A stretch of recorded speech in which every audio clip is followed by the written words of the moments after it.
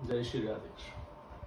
आज हम सीखेंगे अग्निहोत्र हवन कैसे किया जाता है और इसके क्या क्या फायदे होते हैं कृषि में और हमारी नेचुरल फार्मिंग, जिसको होमा फार्मिंग भी कहा जाता है, जिसके अंदर में हम क्या काम करेंगे, हमें एक उसके लिए क्या क्या सामान चाहिए, पहले हम वो देखेंगे।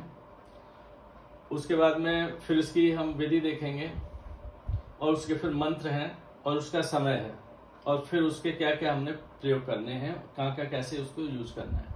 तो उसके लिए सबसे पहले क्या करना है, आपने अग्निहोत्र हवन किट खरीदना है। ये खरीदना है www.esolyf.com या एक ऐप डाउनलोड कर सकते हो सोल दुकान के नाम से। वहां से अग्निहोत्र हवन किट खरीद लेना है। उसके अंदर में हवन कुंड मिलेगा तांबे का, जिसका साइज है एकदम आयुर्वेद के हिसाब से। एक उसमें तांबे का चिमटा होगा, उसमें एक घी का चम्मच आहुति देने के लिए तांबे का होगा, उसमें कपूर होगा, एक पुस्तिका होगी, गाय का घी होगा सैंपल के लिए, उसमें थोड़ा चावल होगा और चावल इसमें जो इस्तेमाल होंगे वो अखंड होंगे, साबुत होना चाहिए पूरा, वो कोई भी टूटा हुआ उसमें नहीं होना चाहिए। किसी भी देसी वैरायटी का ले सकते हो। और गाय का घी, बिल्कुल गाय का घी होना चाहिए, देसी गाय का घी, जर्सी का नहीं चलेगा, भैंस का नहीं चलेगा। हमारी जो इंडियन देसी गाय है उनका ही घी हमें लेना है।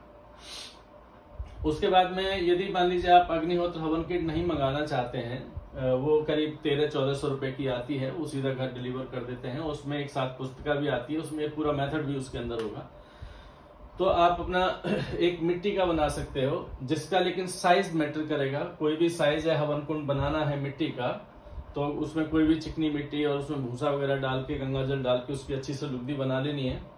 और लुगदी बना के फिर उसका जो साइज होगा, नीचे से 5.25 सेंटीमीटर होगा, अंदर से इसका अंदर का साइज, बाहर की उससे नहीं, मतलब 5.25 सेंटीमीटर। उसको एकदम नाप लें एक्यूरेट, कोई भी लकड़ी वगैरह उस साइज की लेके।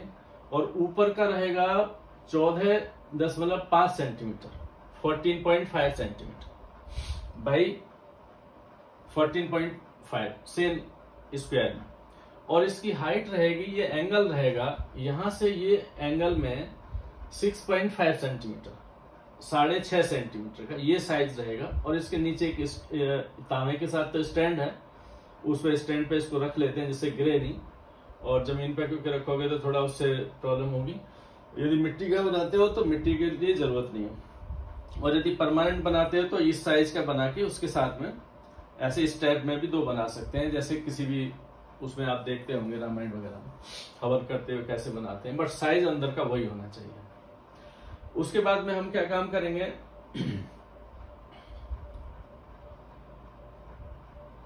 जैसे ही एक सूर्य उदय होगा सुबह, सूर्य उदय होने से 10-15 मिनट पहले हम अपने सभी गाय के कंडे होंगे उसमें, यहाँ सैंपल के गाय के कंडे भी इसमें हैं,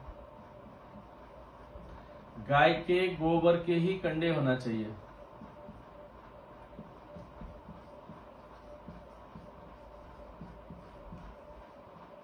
नहीं तो नेगेटिव एनर्जी आएगी। इस किट के साथ ये सैंपल में आएंगे, बाकी आप अपने घर पे बना सकते हो, आपके पास गाय होनी चाहिए, नहीं है तो किसी भी गौशाला वगैरह से भी ले सकते हो।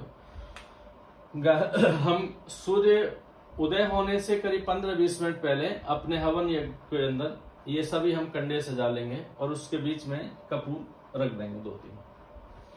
और उसके बाद में उसमें हम 10 मिनट पहले अग्नि प्रज्वलित कर देंगे, तो पूरे अच्छे से जलने लगेंगे।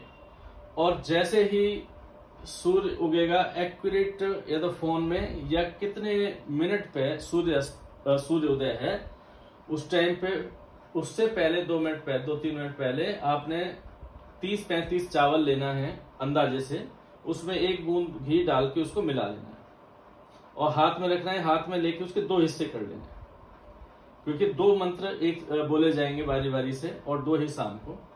तो वो आपने कर लिया। जैसे ही आपकी आग अग्नि प्रज्वलित हो रही है, चिमटे से थोड़ा सा बीच वाली उसको कंडे को अलग रख दो, और फिर उसके बाद जैसे ही सूर्य उदय का सेकंड आया, आपको बोलना है पहला मंत्र, सूर्याय स्वाहा, आहुति दे देनी है आधे चावल। फिर उसके बाद बोलना है सूर्याय इदम न मम, एक मंत्र पूरा हुआ। अब जो दूसरा आधा हिस्सा चावल का बचा है, दूसरा मंत्र बोलना है प्रजापतये स्वाहा, चावल की आहुति दे, प्रजापतये इदम न मम। उसके बाद ये बोलना है, आपका सुबह का अग्निहोत्र हवन पूरा हुआ।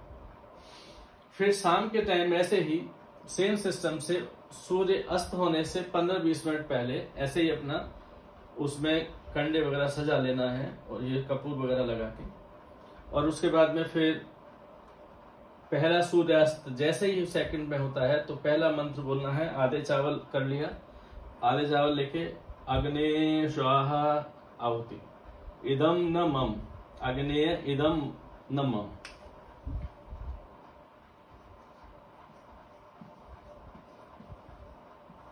अग्नेय इदम न मम, एक मंत्र पूरा हुआ। दूसरा मंत्र, आधे चावल, प्रजापतये स्वाहा,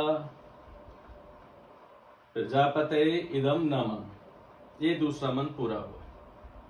ये मंत्र पूरा होने के बाद में रीढ़ की हड्डी सीधा करके और ऐसे बैठिए, और चावल का, घी का, और जैसे ही अग्नि के प्रवेश से स्फुटन होगा, और उसी समय हमारी एक दोनों नाकें चलने लगेंगी, और आप उसका धुआं महसूस होने दो, उससे एक अलग एनर्जी मिलेगी, और एक आपको भी चिकित्सा मिलेगी। आपको यदि किसी को नींद नहीं आती हो, किसी के कुछ कोई प्रॉब्लम हो, डिजीज हो, साइकोलॉजिकल कुछ हो, किसी को ऑक्सीजन की कमी हो माइंड में, किसी को न्यूरॉन्स की प्रॉब्लम हो, किसी को फालिस मार्गी हो, और भी अन्य तरह की बहुत सारी कुछ बीमारियां हैं, यदि कोई इस तरह का आदमी है तो वहां उसको भी बिठा सकते हो। जैसे ही ये स्फुटन का तेज जैसे ही जाएगा तो उसके अंदर से ये प्रॉब्लम सॉल्व होंगी, बच्चों की मेमोरी बढ़ेगी, और हमारे यहाँ का पूरा वातावरण एक अलग ही ऊर्जा से भर जाएगा, जिससे हमारी वनस्पति और जो भी वहां रहने वाले हैं वो स्वस्थ और हरे भरे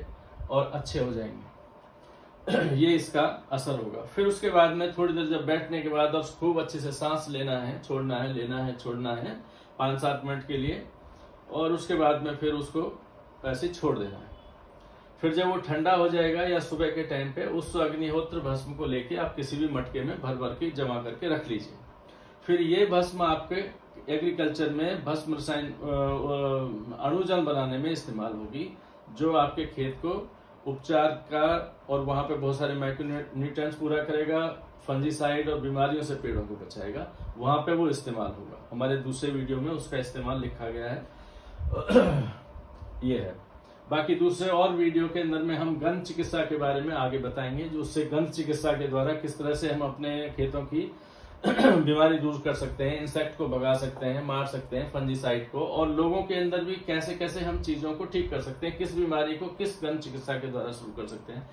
जैसे हम कोई भी आदमी बीमार होता है या कुछ भी चीज खाता है, यदि वो सॉलिड खाता है, ठोस चीज खाता है, तो उसका असर थोड़ा लंबे समय में होता है, और उसके बाद कोई लिक्विड कोई चीज खाता है तो थोड़ा सा जल्दी हो जाता है, और यदि वो गंध के द्वारा उन्हीं चीजों को सांस के द्वारा एकदम लेता है तो उसका सेकंडों में असर होता है। इसके ऊपर हमारी पूरी रिसर्च है, इस पे हम अगले वाले वीडियो में आपको कई सारी चीजें देंगे।